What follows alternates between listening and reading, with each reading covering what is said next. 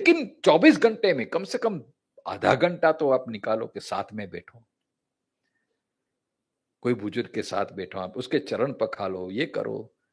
उसको ऐसा लगना चाहिए कि घर में अभी मेरी कीमत है।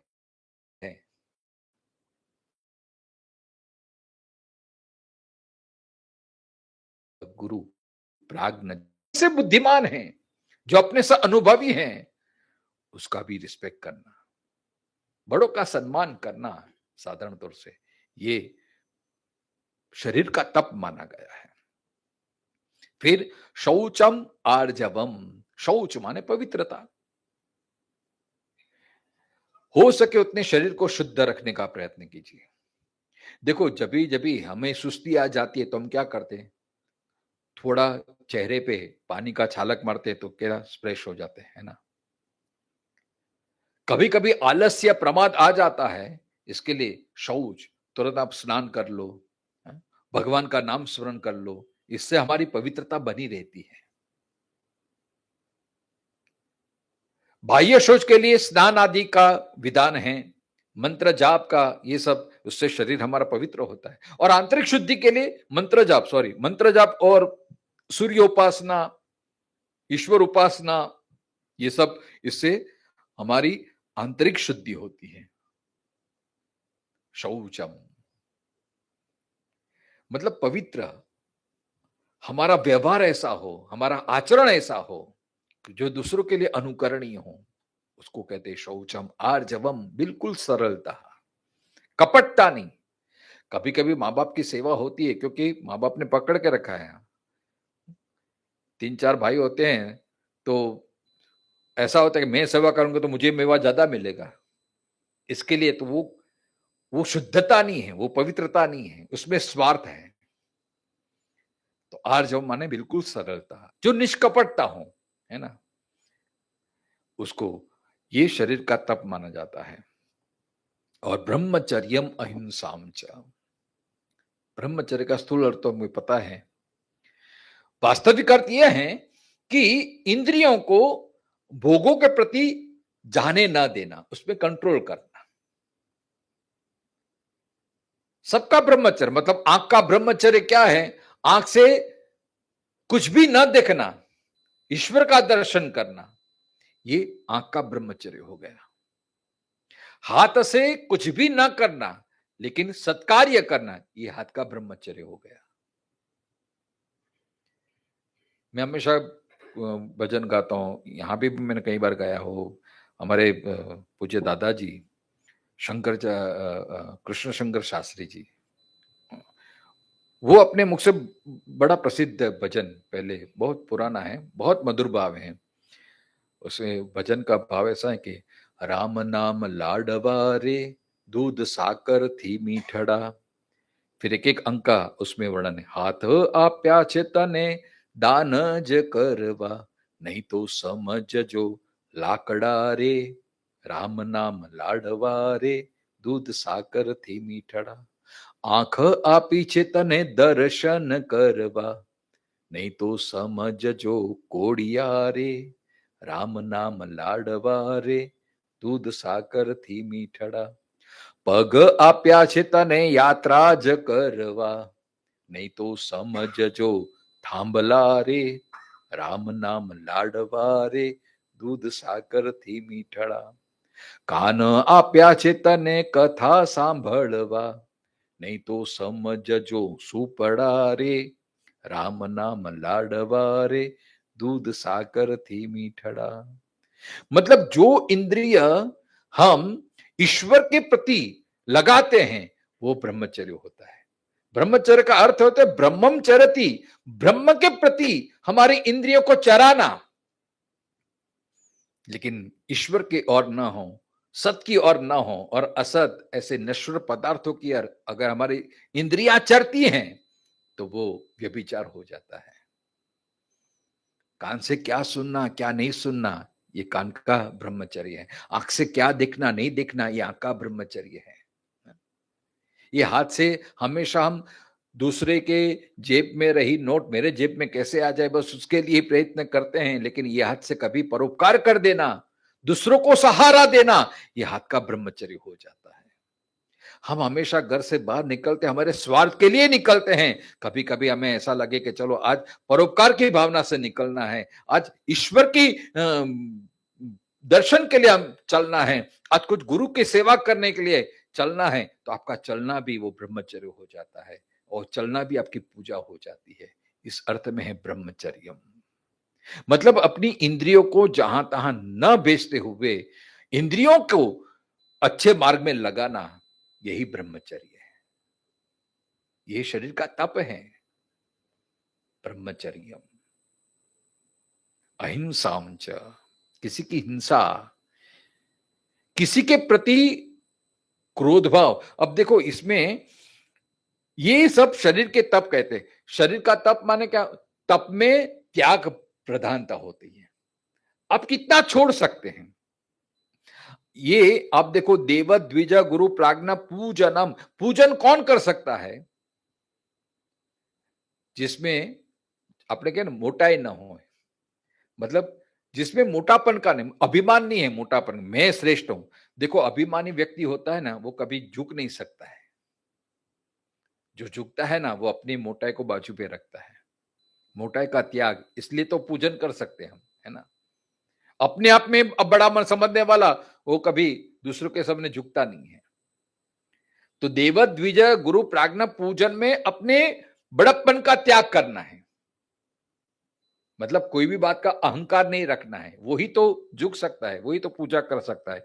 फिर शौचम आर्जवम, शौचम तो शुचि में आलस और प्रमाद का त्याग है ना,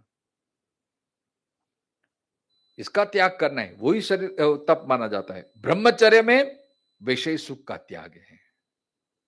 ब्रह्मचर्य माने आजीवन बस, ये ब्रह्मचर्य तो वो तो श्रेष्ठ है अपने आप में, लेकिन जो अपनी इंद्रियों को विषयों में नहीं, विषयों का त्याग वो तो सबसे बड़ा तप है। भगवान हमें पूर्ण स्वतंत्रता दी है, लेकिन फिर भी अपनी इंद्रियों को संयमित करता है ना। मैं हमेशा उदाहरण देता हूं कि गुरु शिष्य जा रहे थे, तो एक गरीब बच्चा आया, मुझे कुछ दे दो, मैंने 2 दिन से कुछ खाया नहीं, 2 दिन से कुछ खाया नहीं है, कम से कम 10 रुपया दे दो। तो शिष्य को दया आ गई, अपनी जेब से उसने 10 रुपया निकाल के दे दिया। गुरु तो देखते रहे और शिष्य को ऐसा बताना था कि देखो मैं कितना दानी हूं। अब वो बच्चा 10 की नोट लेके रास्ता क्रॉस करके एक दुकान के पास खड़ा रहा, और वो दुकान कोई खाने वाने वाली नहीं थी, वो दुकान थी तम्बाकू, पान, बीड़ी, सिगरेट की। और जिसने 10 रुपया था उसके सामने ही उसके देखते ही उसने वो जो न खाने वाली चीज, तम्बाकू ली, वो पड़ीका लिया, वो बीड़ी ली, फूकने लगा, खाने लगा। ये दृश्य देख के शिष्य ने कहा, देखा गुरुजी कैसा कलयुग आ गया, ये बच्चा मेरे को झूठ बोल के मेरे सामने ऐसा बोला कि मुझे भूख, मैं भूखा हूं। मैंने सोचा मेरे दिए हुए पैसे से वो अपना पेट भरेगा, लेकिन मेरे दिए पैसे का इसने कितना गलत इस्तेमाल किया। मुझे इतना गुस्सा है कि अभी तो मैंने संकल्प किया उसको कुछ फूटी कौड़ी भी नहीं दूंगा। तब गुरु ने बड़ा मार्मिक जवाब दिया कि हे शिष्य, तेरे दिए हुए 10 रुपए का इतना गलत इस्तेमाल देख के तुझे इतना गुस्सा आ रहा है, तो तू परमात्मा ने जिसने हमें ये 10 इंद्रिया दी हैं, 5 कर्मेंद्रिया, 5 ज्ञानेन्द्रिया, अब इसका ऐसा गलत इस्तेमाल ही लोग करते हैं, तो परमात्मा को कितना गुस्सा आता होगा। वो भी सोचता होगा इस बार तो गलती कर दी, अब दूसरी बार उसको ध्यान रखूंगा, है ना।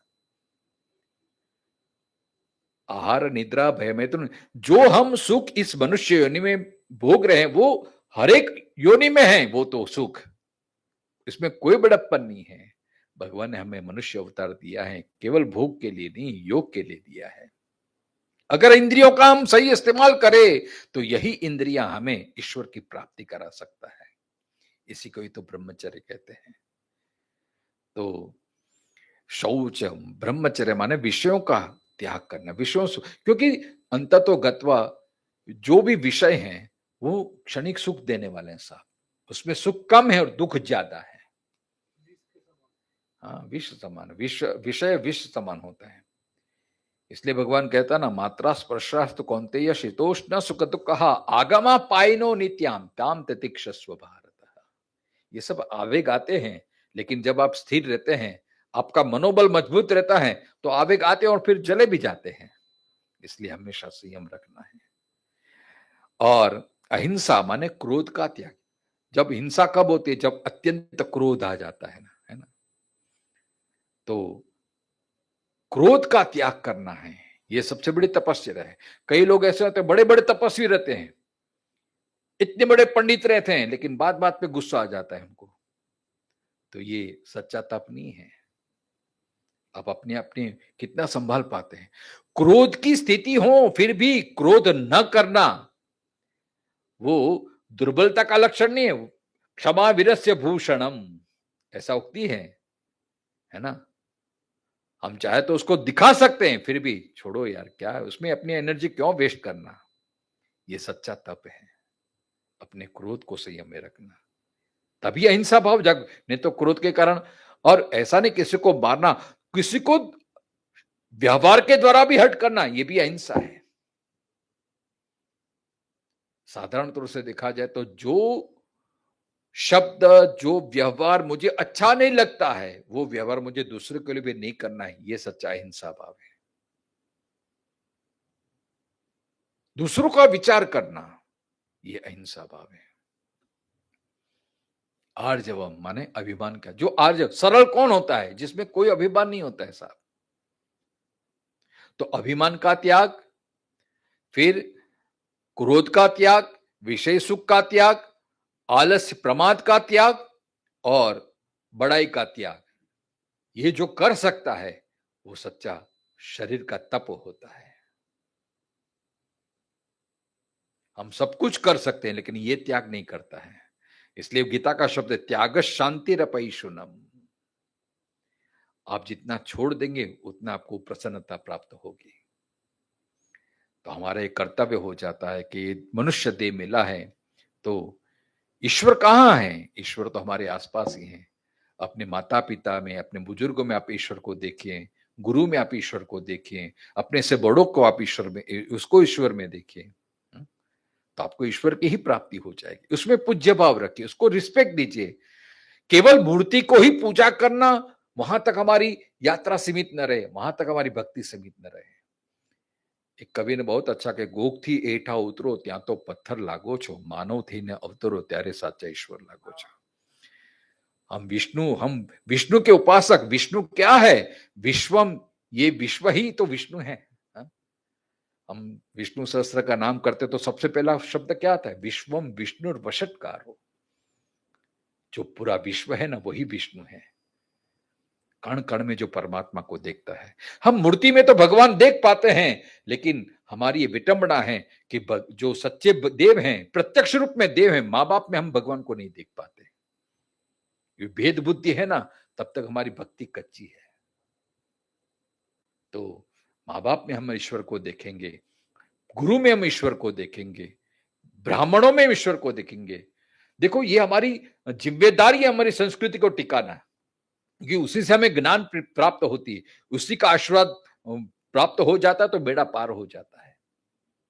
या तो माँ बाप का आशीर्वाद दिल से मिल गया, जा बेटा तेरा कल्याण हो। अब जितने भी आपने गत जन्म के पाप के बंधन होंगे, आपका प्रारब्ध भी मिट जाता है, क्योंकि माँ बाप का आशीर्वाद मिल जाता है साहब। गुरु का अगर आशीर्वाद पड़ गया, दिल से आदमी जा बेटा तेरा कल्याण हो, तो बेड़ा पार हो जाता है उसका। लेकिन दिल से निकलना चाहिए। तो ऐसा भगवान हमें सिखाता है। कई लोग बोलते मुझे करना है, मुझे करना है, क्या करूं क्या करूं? अरे कुछ नहीं करो, आपके आसपास जो आपसे बड़े हैं उसकी रिस्पेक्ट देना शुरू कर दो बस। उसको हरदुत, आप उसकी पूजा ना करो, इसकी रिस्पेक्ट ना करो, तो कम से कम उसका अनादर मत करो, उसको हर्ट मत करो। हो सकते तो सम्मान करो, तो आपका तप माना जाएगा और अंततः आपका ही कल्याण होगा। तो बड़ाई का त्याग करना, चाहे कुछ भी हो जाए। क्योंकि कभी कभी क्या होता है, किसी को सत्ता मिल जाती है, पद मिल जाती है, प्रतिष्ठा मिल जाती है, ज्ञान मिल जाता है, तो उसका भी अहंकार होता है ना। जैसे नारियल का पेड़, अब इसके नीचे कोई बैठा है तो और गिरता है तो माथा फूट जाता है। और एक तरफ आम का पेड़ होता है, जितने आम आते हैं उतना उतना वो झुकता जाता है ना। तो विद्या विनय न शोभते है। अहंकार किस बात का रखना है? और अहंकार रख के भी क्या करेंगे? आपके पास ज्ञान आ गया, प्रतिष्ठा आ गई, पद आ गया, कितनी देर तक? जब तक देह थे तब तक, फिर कोई याद करने वाला भी नहीं है साहब। इसलिए नरसिंह मेहता कहता है ना, हूं करूं ए जगनानता शकट नो बार जेम श्वानता ने। तो वह में तो रहना ही नहीं। हाँ, कि वाह मेरे में कुछ हूं। अरे કવિએ બહુ સરસ, એક કવિને મારી હસ્તી મારી પાછળ એ રીતે વિસરાઈ ગઈ, આંગળી પાણીમાંથી કાઢીને જગા પુરાઈ गई, है ना। तो किस बात का हम अहंकार रखते हैं? कुछ भी नहीं, जो भी है ईश्वर की कृपा है। यही को तो सरलता बोलते हैं साहब। हो सकता है आपकी सरलता को कोई नजरअंदाज कर दे। कई लोग बोलते हैं आप इतना अच्छा प्रवचन करते हैं, आप अपना एडवर्टाइज क्यों नहीं करते, क्या नहीं? इनको क्या फर्क पड़ता है? मर जाएंगे तो अगर प्रतिष्ठा नहीं होगी तो 4 आदमी रहेंगे, अगर ज्यादा प्रतिष्ठा में 400 आदमी गए, बाकी कुछ फर्क नहीं है। आपने कुछ कीमत, आप फेमस हो गए तो मरने के बाद 400 आदमी आएंगे और बाद में तो भूल जाने वाले, सब कुछ भूल जाएंगे फिर। और अगर आप साधारण आदमी हैं तो 4 आदमी रहेंगे, हमें क्या फर्क पड़ता है, मैं तो नहीं रहूंगा। है ना। तो ये वेम में रखना ही नहीं साहब, जो भी है चलता रहे, बस ऐसा ही कारवा।